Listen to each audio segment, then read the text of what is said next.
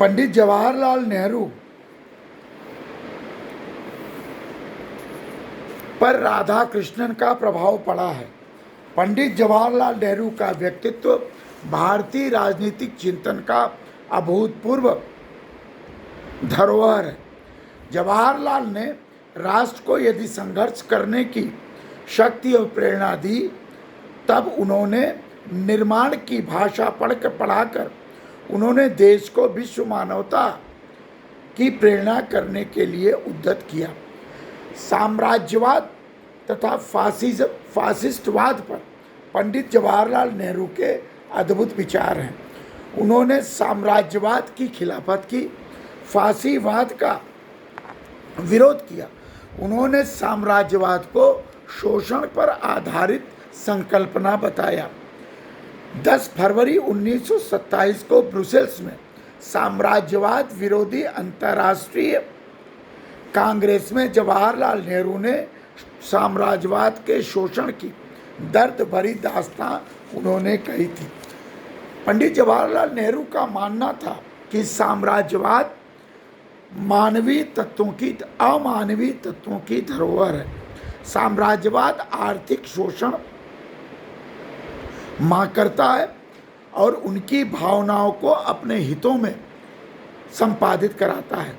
भारत में यही साम्राज्यवादियों ने किया। फलस्वरूप भारत के उद्योग धंधे चौपट हो गए। बढ़ते हुए उत्पादन शुल्क ने भारतीय उद्योगों को विकसित होने से रोक दिया।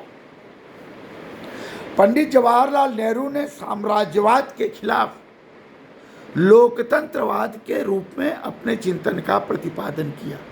साम्राज्यवाद का विकल्प उनके लिए लोकतंत्रात्मक चिंतन है। साम्राज्यवाद को फासीवाद का वो एक रूप मानते थे। साम्राज्यवाद और फासीवाद एक सिक्के के दो पहलू हैं। जवाहरलाल नेहरू ने कांग्रेस को साम्राज्यवाद व पूंजीवाद से लड़ने का एक अस्त्र बनाया। उनका जीवन लोकतंत्र को समर्पित था। वह स्थायी शांति और प्रगति के लिए फासीवाद की भी आलोचना करते थे। इटली, स्पेन, जर्मनी में बढ़ते हुए फासीवाद की प्रवृत्ति को यह कहते हुए कि लोकतंत्र के ये खिलाफ है, उन्होंने इस फासीवाद की आलोचना की। पंडित जवाहरलाल नेहरू का मानना था कि फासीवाद लोकतंत्र का विरोधी है। जवाहरलाल नेहरू के लिए लोकतंत्र एक व्यवस्था का नहीं, एक विश्वास और आस्था का भी सवाल है। उन्होंने अपने न केवल फासीवादी शक्तियों की आलोचना की, बल्कि उन्होंने ऐसी शक्तियों को प्रोत्साहित करना भी उपयुक्त अनुभव नहीं किया। उनकी मान्यता थी कि साम्राज्यवाद के विरुद्ध भारत का संघर्ष फासीवाद के विरुद्ध उदार जगत के संघर्ष का लाभ है। पंडित नेहरू ने हिटलर और नाजीवाद के विचारों की खुलकर आलोचना की। उन्होंने मुसोलिनी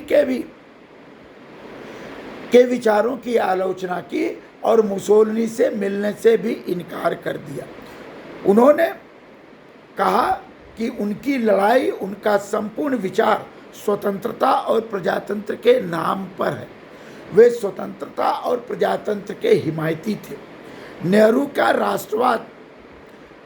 नेहरू ने फासीवाद और साम्राज्यवाद का विरोध करते करते उन्होंने राष्ट्रवाद के चिंतन को भी अभिव्यक्ति की। पंडित नेहरू का आखिरी वसीयत को पढ़ने वाले यह स्वयमेव स्वीकार करते हैं कि नेहरू ने हिंदुस्तान को अपरिमित स्नेह दिया। वह इस पवित्र मिट्टी की सेवा में अपना जीवन पर्यंत जनता के प्रथम सेवक के रूप में लगे रहे। उन्होंने राष्ट्रीय प्रेम की भावना जिस रूप में व्याप्ति की प्रसारित किया, वह इसी की प्रेरणा के आधार पर उन्होंने संघर्ष का रास्ता भी अपनाया। वह संघर्ष राष्ट्रवाद की अभिव्यक्ति और जीवन की प्रेरणा बना। उन्होंने राष्ट्रवाद को ऐसे ही संघर्षों की एक अनुभूति कहा। जब कभी कोई आपत्ति आती तब राष्ट्रवाद जन्म लेता है और राष्ट्रीय रंगमंच पर छा जाता है। नेहरू ने किसी भी राष्ट्र के लिए राष्ट्रवाद को आवश्यक माना। स्वतंत्रता को उन्होंने राष्ट्रवाद का मूल स्रोत स्वीकार किया।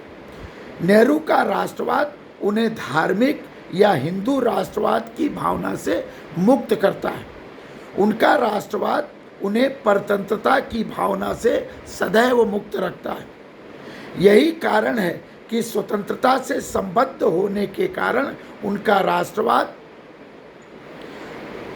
सांप्रदायिकता और फासीवाद से मुक्त करने को प्रेरित करता है। उन्होंने डिस्कवरी ऑफ इंडिया में इस संबंध में क्या लिखा, ये मैं आपको पढ़ के सुनाना चाहता हूँ।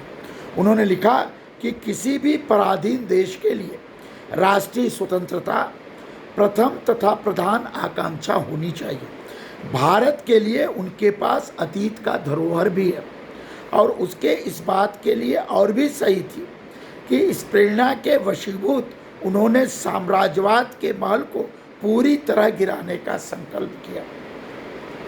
स्वतंत्रता के बिना न कोई राष्ट्र जीवित रह सकता है और न राष्ट्रवाद कभी मुखरित हो सकता है।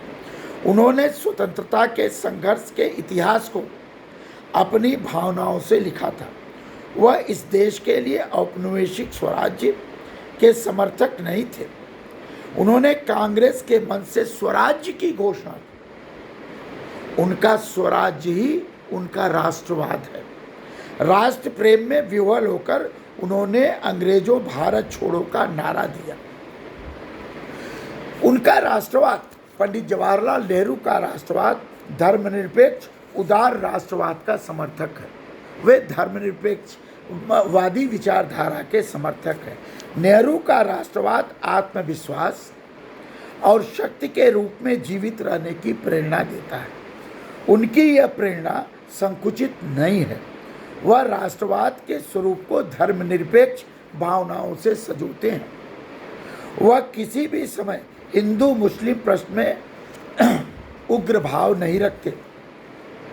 सन 1929 में लाहौर में कांग्रेस के अध्यक्ष पद से भाषण करते हुए उन्होंने धार्मिक सद्भाव के संदर्भ में उन्होंने कहा था कि मैं धर्म की कट्टरता और रूढ़ियां पसंद नहीं करता और मुझे खुशी है कि अब वे ये कमज़ोर पड़ रही हैं। मैं किसी भी शक्ल सूरत में फ़िरका परस्ती का समर्थक नहीं। नेहरू ने फ़िरका परस्ती का समर्थन नहीं किया। नेहरू का राष्ट्रवाद उन्हें युद्ध और हिंसा की प्रेरणा नहीं देता। वे सांस्कृतिक राष्ट्रवादी नहीं थे। पंडित दीनदयाल उपाध्याय सांस्कृतिक राष्ट्रवादी थे। उनका राष्ट्रवाद लोकतंत्र को मानता था। पंडित दीनदयाल उपाध्याय का राष्ट्रवाद लोकतंत्र को मानता था, लेकिन उसके साथ संस्कृति भी जोड़ता था। सांस्कृतिक राष्ट्रवाद जो पंडित दीनदयाल उपाध्याय ने कहा, नेहरू ने उसका कहीं उल्लेख नहीं किया। यूँ कहिए कि नेहरू ने पंडित दीनदयाल उपाध्याय के सांस्कृतिक राष्ट्रवाद का एक तरह से विरोध किया। उनका राष्ट्रवाद वस्तुतः संकीर्ण सीमाओं से उठकर, संकीर्णता की सीमाओं से उठकर आपसी विश्वास और सौहार्द अर्जित करने का एक प्रयास था। उनमें समर्पण का उल्लास था। पंडित दीनदयाल के भी राष्ट्रवाद में समर्पण का उल्लास है। पंडित दीनदयाल के भी राष्ट्रवाद में परवशता की बात नहीं है। पंडित दीनदयाल उपाध्याय का भी राष्ट्रवाद संकीर्ण नहीं है। पंडित दीनदयाल उपाध्याय का राष्ट्रवाद नेहरू से इसलिए भिन्न है कि नेहरू जहाँ सांस्कृतिक राष्ट्रवाद का समर्थन नहीं करते, वहीं पंडित दीनदयाल उपाध्याय सांस्कृतिक राष्ट्रवाद का समर्थन करते हैं। पंडित दीनदयाल उपाध्याय ने भी राष्ट्रवाद के संदर्भ में अंतर्राष्ट्रवाद की बात की है। जवाहरलाल नेहरू ने अपने अध्ययन काल में अंतर्राष्ट्रवाद की भूमिका दुरुस्त की।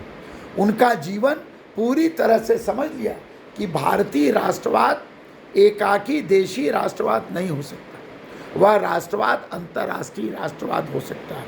इसलिए उनका राष्ट्रवाद और अंतर्राष्ट्रवाद दोनों एक दूसरे के पूरक हैं। नेहरू का अंतर्राष्ट्रवाद राष्ट्रवाद की भावनाओं से अनुप्रेरित है। गुलजारी लाल नंदा ने कहा कि भारत के नए सृजक की संज्ञा से विभूषित किया, और गुलजारी लाल नंदा ने कहा कि नेहरू का राष्ट्रवाद और अंतर्राष्ट्रवाद एक सिक्के के दो पहलू हैं।